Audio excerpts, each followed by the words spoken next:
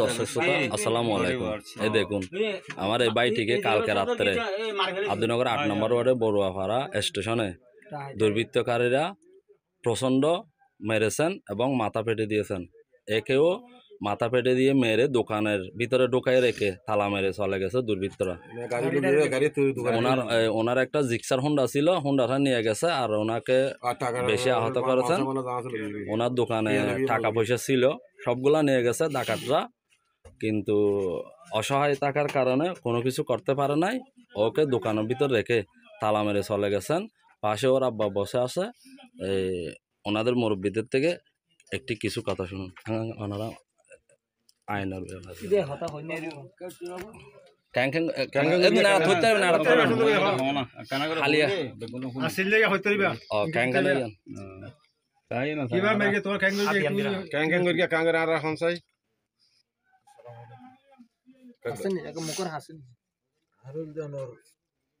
হঠাৎ এখন হালিয়ে শীত বেশি করবে আই ফেস্টাপ করি বেলে বাড়ি ফেস্টাপ করি আধা ফেস্টাপের মধ্যে মনে করেন 10-12 জন মানুষ এসে হালা পোশাক করি মুখ বান্ধা আমি পোশাক করি এমন মনে করেন হত বা হরে আমি হাজা হর মেঘে গিয়ে দল বাঁধি আর নইলে বা মনে করলাম অস্ত্র দেখি যখন আবার মনে করলাম হয়তো বা পুলিশ বুড়া বুড়িতেছে দেখি দি ফেস্টাপ করে দি ডাহাত দি যখন এসে তাই আফসার করে ভাই ফেস্টাপ করবেন না পানি লাগিব না এন হবের পর আরে আতর দরিয়ার মনে করেন দড়ি ফেলিয়ে তখন বুঝি তুললাম যে ডাহাই তো আই যখন মনে করেন তার লয় হালকা ডাহাত জিয়ান যখন মনে এসছে তখন আই তার লো চোরাচুরি করলাম যখন আরে ইডিয়ার মাথার মধ্যে বাড়ি দিয়ে তার 10-12 জন আছিল প্রত্যেকের হাতের মধ্যে অস্ত্র আছে আর অস্ত্র দিয়ে আঘাত করে গিয়ে বাড়ি মের গিয়ে তারপর রশি দিয়ে রনর গলার মধ্যে চাপ দিয়ে গলার ফেসাই টান দিয়ে আর এক জায়গার মধ্যে মনে করেন ফেলা রাখি আর কেন গাড়ি আছিল গাড়ি আনলো গিয়ে তারা দুর্বৃত্তরা ক্যাশের মধ্যে টি আছিল প্রায় 60,000 টিয়ার মধ্যে গাড়ির কাগজপত্র আছিল বেগিন লোক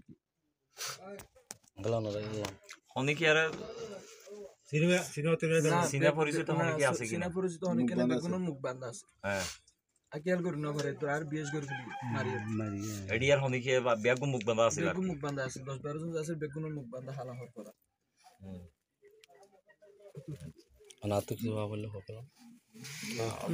আসসালামু আলাইকুম। আমি ফরিদ মেম্বার আদনগর 4 নম্বর ওয়ার্ড।